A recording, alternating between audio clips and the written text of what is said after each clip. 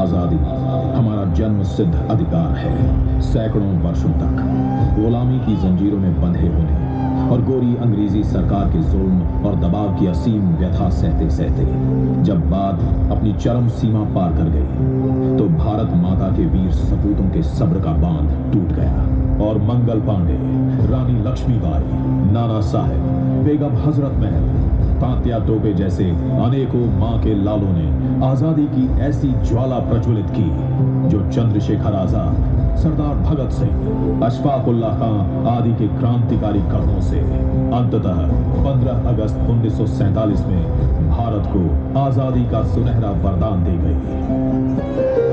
उत्तर प्रदेश की इस पावन धरती पर जन्मे मंगल पांडे ने राष्ट्र प्रेम और दिलेरी का परिचय देते हुए बंगाल के बैरकपुर में ब्रिटिश सरकार के विरुद्ध विद्रोह का बिगुल बजाया। क्रांति की इस चिंगारी ने धीरे धीरे शोला बन सारे देश को अपने लपेटे में ले लिया। उत्तर प्रदेश की मेरठ छावनी के विक्टोरिया पार्क में 9 मई 1857 को भारतीय स्वतंत्रता संग्राम का आगाज हुआ। 72 भारतीय सैनिकों ने जब मेरठ से दिल्ली के लाल किले की ओर कूच किया तो इस आंदोलन की आग समूचे देश में भड़क उठी।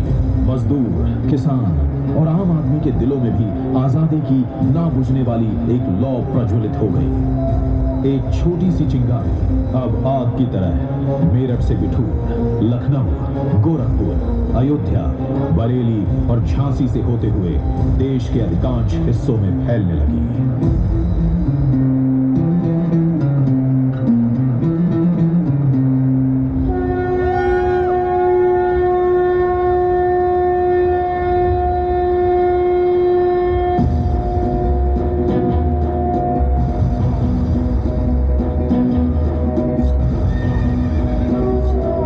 चिंगारी आग बन गई, आजादी की इच्छा संग्राम बन गई। झांसी की रानी वीरांगना लक्ष्मीबाई ने कहा, मैं अपनी झांसी नहीं दूंगी। और वो अपने इस कथन पर आखिरी सांस तक अडिग रही। उनके अदम्य शौर्य की गाथा आज भारत के जन जन की वाणी बन गई है। वीरांगना लक्ष्मीबाई औरत होते हुए मर्दानी बनकर रानी लक्ष्मीबाई अंग्रेजों की सेना और सेनापतियों पर टूट पड़ा करती थी। उन्होंने अपनी बहादुरी से ग्वालियर के किले पर कब्जा कर अंग्रेजों को आश्चर्यचकित कर दिया था।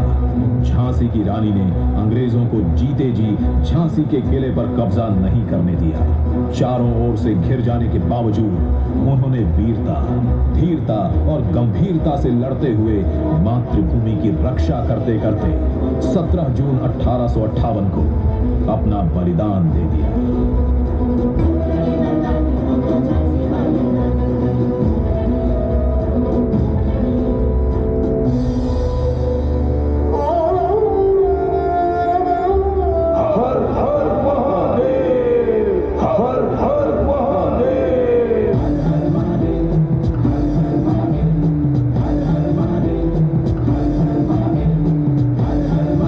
यद्यपि 1857 की क्रांति अपने लक्ष्य को हासिल न कर पाई, पर इसने व्यापक रूप से हर भारतीय के दिल में कभी न बुझने वाली आजादी की एक लौ जला दी। इसके पश्चात महात्मा गांधी के नेतृत्व में स्वदेशी मांग के रूप में आजादी की एक संगठित, सुनियोजित व निर्णायक लड़ाई शुरू हुई। गोरखपुर के चौरी चौरा कस्बे में आजादी की आवाज को शांत करने के लिए अंग्रेजी हुकूमत ने मार्शल लॉ लगा दिया। भारत के वीर सपूत फिर भी डटे रहे और शांति प्रदर्शन करते रहे। 4 फरवरी 1922 को असहयोग आंदोलन के दौरान आंदोलनकारियों और पुलिस के बीच मुठभेड़ हुई और गोरी सरकार ने निहत्थे लोगों पर गोली चला दी, जिसमें 22 पुलिसकर्मी और 3 नागरिक मारे गए। इसे सुन देशवासियों का खून खौल उठा और उन्होंने अंग्रेजी संस्थानों को आजादी की ज्वाला में भस्म कर दिया।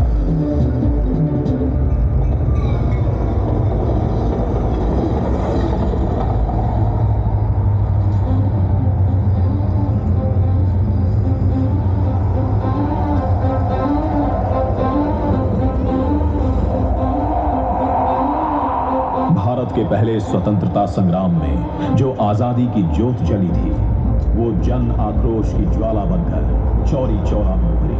देश प्रेम में रसित क्रांतिकारी राम प्रसाद बिस्मिल, राजेंद्र लाहिरी, चंद्रशेखर आजाद और अशफाकुल्ला आदि ने अंग्रेजों को सबक सिखाने के लिए और देश को आजाद कराने के अपने इरादे को अंजाम देने के लिए काकोरी में ट्रेन रोक दी और भारतवासियों का जो पैसा अंग्रेज विलायत ले जाने वाले थे उसे वापस लेकर उनके मंसूबे को नेस्तनाबूद कर दिया।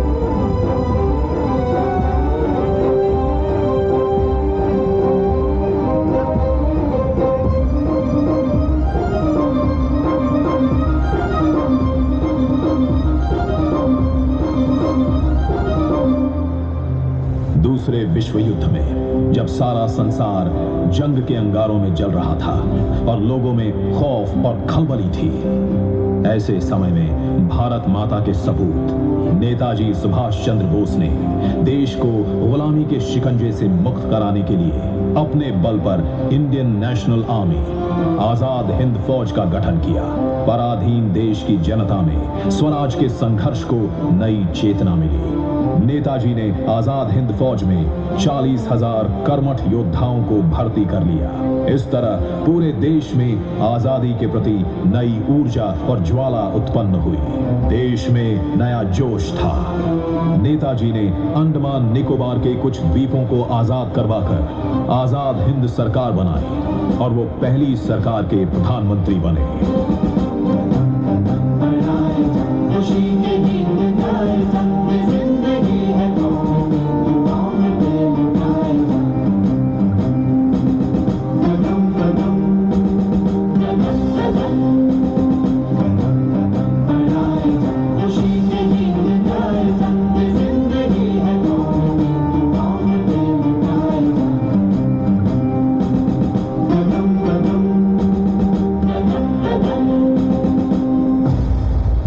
लाखों देशवासियों का त्याग और बलिदान अंततः रंग लाया। अंग्रेज देश छोड़ने को विवश हुए और यूनियन जैक की जगह हमारा तिरंगा भारत माता के मस्तक पर लहराया। हम धन्य हैं कि अपने देश की आजादी के अमृत महोत्सव में स्वराज के इस 75वें वर्ष में हम काल चक्र के एक ऐसे मुकाम पर हैं जहां भारत दुनिया के सर्वोच्च देशों में गिना जाता है। हम सौभाग्यशाली हैं कि भारत माता के सच्चे और नेक सपूत माननीय नरेंद्र मोदी जी की दूरदृष्टि और दिशा निर्देशन में भारतवर्ष एक नई आजादी का अनुभव कर रहा है। हम सभी सौभाग्यशाली हैं कि उत्तर प्रदेश की इस पावन धरती के लाल कर्मयोगी यशस्वी मुख्यमंत्री योगी आदित्यनाथ जी के योग्य दिशा निर्देश पर उत्तर प्रदेश विकास के पथ पर तेजी से अग्रसर है और हम एक नई वास्तविक आजादी का अनुभव कर उल्लास से सराबोर हैं। आइए हम सब मिलकर आजादी के इस अमृत महोत्सव का आनंद लें और खुशियां बांटें। स्वस्ति प्रभ्यः परिप्लायन्तं न्यायेन मार्गेण महिं महिषाहि गो ब्रह्मणेभ्यः सभामस्तु नित्यं लोक समस्तः सुखिनो भवन्तु।